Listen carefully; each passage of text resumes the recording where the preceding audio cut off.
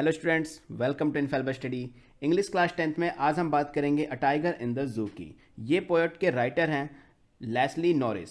Leslie Norris बहुत ही ज़्यादा short stories और पोइट्री के लिए फेमस हैं। इनकी बहुत सारी पोइट्रीज में से एक पोइट्री है अ टाइगर इन द जू की। इस पोइट्री में इन्होंने जू के अंदर की जो लाइफ होती है एनिमल्स की, उसको डिस्क्राइब किया है और बताया है डिफरेंस कि जो एनिमल जू में रहते हैं और जब उन्हीं एनिमल्स को हम फ्रीडम देकर उन्हें फॉरेस्ट में रखते हैं या फिर उनके डिज़ायर लाइवलीहुड में रखते हैं, तो दोनों की लाइफ स्टाइल में, दोनों के फेस में, दोनों के फेशियल एक्सप्रेशन में, दोनों की एक्टिविटीज़ में क्या डिफरेंसेस होते हैं। सो पोइट्री काफ़ी अच्छी है और इसका मोरल भी काफ़ी ज़्यादा अच्छा निकलता है। सो बिना देर किए हुए स्टार्ट करते हैं अ टाइगर इन द जू का हिंदी एक्सप्लेनेशन। Let's begin.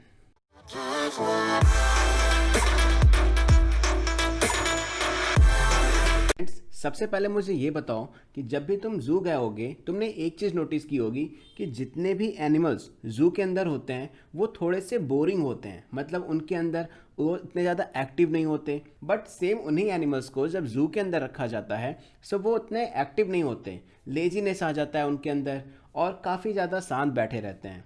अब ऐसा क्यों होता है? सो चलो एक एग्जाम्पल लेते हैं।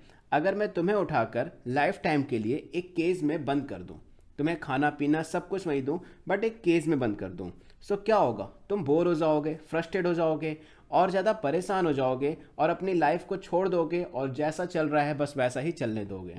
ठीक ऐसा ही एनिमल्स के साथ भी होता है। एनिमल्स को केज में रखना और उनको प्रॉपर फॉरेस्ट में रखना यानी जंगलों में रखना, दोनों अलग डिफरेंट है। जंगल को वो अपने एटमॉस्फेयर की तरह रखते हैं, मतलब जंगल उनका पूरी तरह से हैबिटाट है, सो वो वहाँ काफ़ी ज़्यादा हैप्पी होते हैं। और सेम उन्हीं एनिमल्स को जब हम जू में रखते हैं सो उतने ज़्यादा हैप्पी नहीं रहते। इसी चीज़ को एक्सप्लेन किया है हमारे पोएट ने टाइगर को एज अ ऑब्जेक्ट लेके। मतलब हमारे इस स्टोरी का जो मेन ऑब्जेक्ट है वो टाइगर है और उसी को लेकर इन्होंने एक्सप्लेन किया है हमारे पोएट ने कि कैसे उसकी लाइफ केज के अंदर यानी जू के अंदर है और सेम उसी की लाइफ कैसे जंगलों में होती है, और इसी चीज़ को उन्होंने एक्सप्लेन किया है। सो बढ़ते हैं फर्स्ट पैराग्राफ की तरफ और देखते हैं उन्होंने क्या कहा है। सो स्टूडेंट्स, फर्स्ट स्टेंजा में पोएट ये बताते हैं कि जो टाइगर है वो केज के अंदर बंद है। पहले उस टाइगर को एक्सप्लेन किया जा रहा है जो टाइगर जू के अंदर और केज के अंदर है। सो पोएट ये बताते हैं कि जो टाइगर केज के अंदर है उसका कलर देखो कितना ज़्यादा डार्क है, कितना ज़्यादा डीप कलर है। बट वो अपने केज के अंदर इतनी कम जगह है कि वो ज़्यादा चल नहीं सकता। वो छोटे छोटे कदम से चल रहा है जिसकी वजह से उसे गुस्सा आ रहा है। फिर उसके वो पैरों की तरफ देखते हैं और कहते हैं कि उसके पैरों का जो नीचे का पार्ट है वो कितना ज़्यादा सॉफ्ट है, बिल्कुल मखमल जैसा यानी वेलवेट के जैसा है। उसके पाम इतने ज़्यादा सॉफ्ट हैं कि अगर वो चलता भी है तब भी किसी को उसकी आवाज़ नहीं आती है, जिसके कारण उसके जो चलने की आवाज़ है, जो साउंड प्रोड्यूस होता है चलने पर, वो बिल्कुल भी साउंड नहीं सुनाई देता किसी को।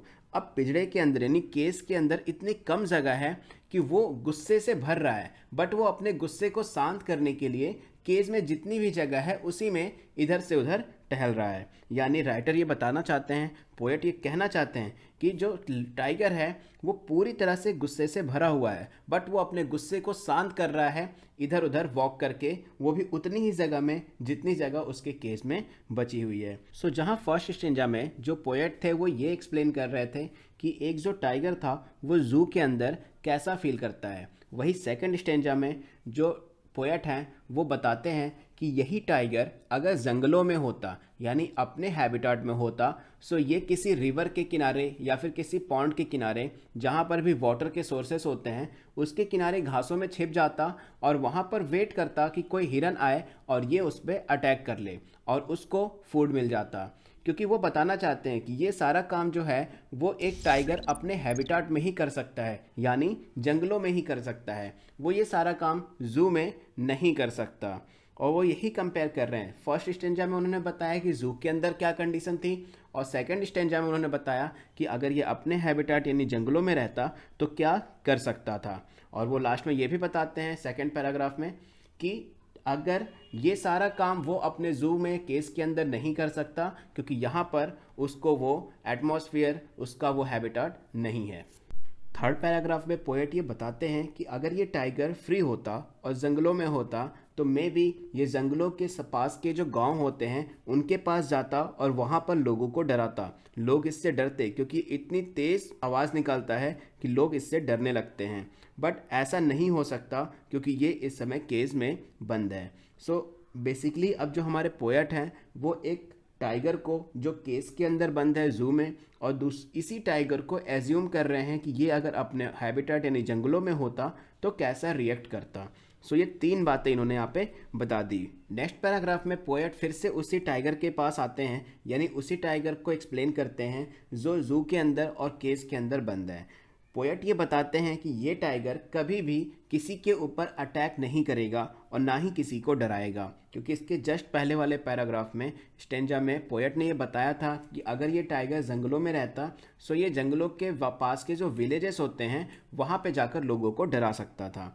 बट जो टाइगर जू के अंदर है ये कभी भी किसी को नहीं डरा सकते, क्योंकि इसकी जो क्रूरनेस है, जितना ज़्यादा ये डराने की जो इसकी कैपेसिटी है ना, वो सारी उसी सेल के पीछे बंद है जिस केज में उसको बंद किया गया है। क्योंकि केस की जो केस की जो पाइप्स बनी हुई है वो काफ़ी ज़्यादा सॉलिड मटेरियल से बनी हुई है और टाइगर को ये पता है कि ये सेल ये तोड़ नहीं सकता, जिसकी वजह से जो टाइगर है कि वो विजिटर्स को उतना नहीं डराता जितना कि वो जंगलों के पास लोगों को डरा सकता था। क्योंकि इसकी जो कैपेसिटी है टाइगर की, जो इसकी पावर है, वो भी अब एक केस के अंदर बंद हो चुकी है, ऐसा टाइगर फील करता है।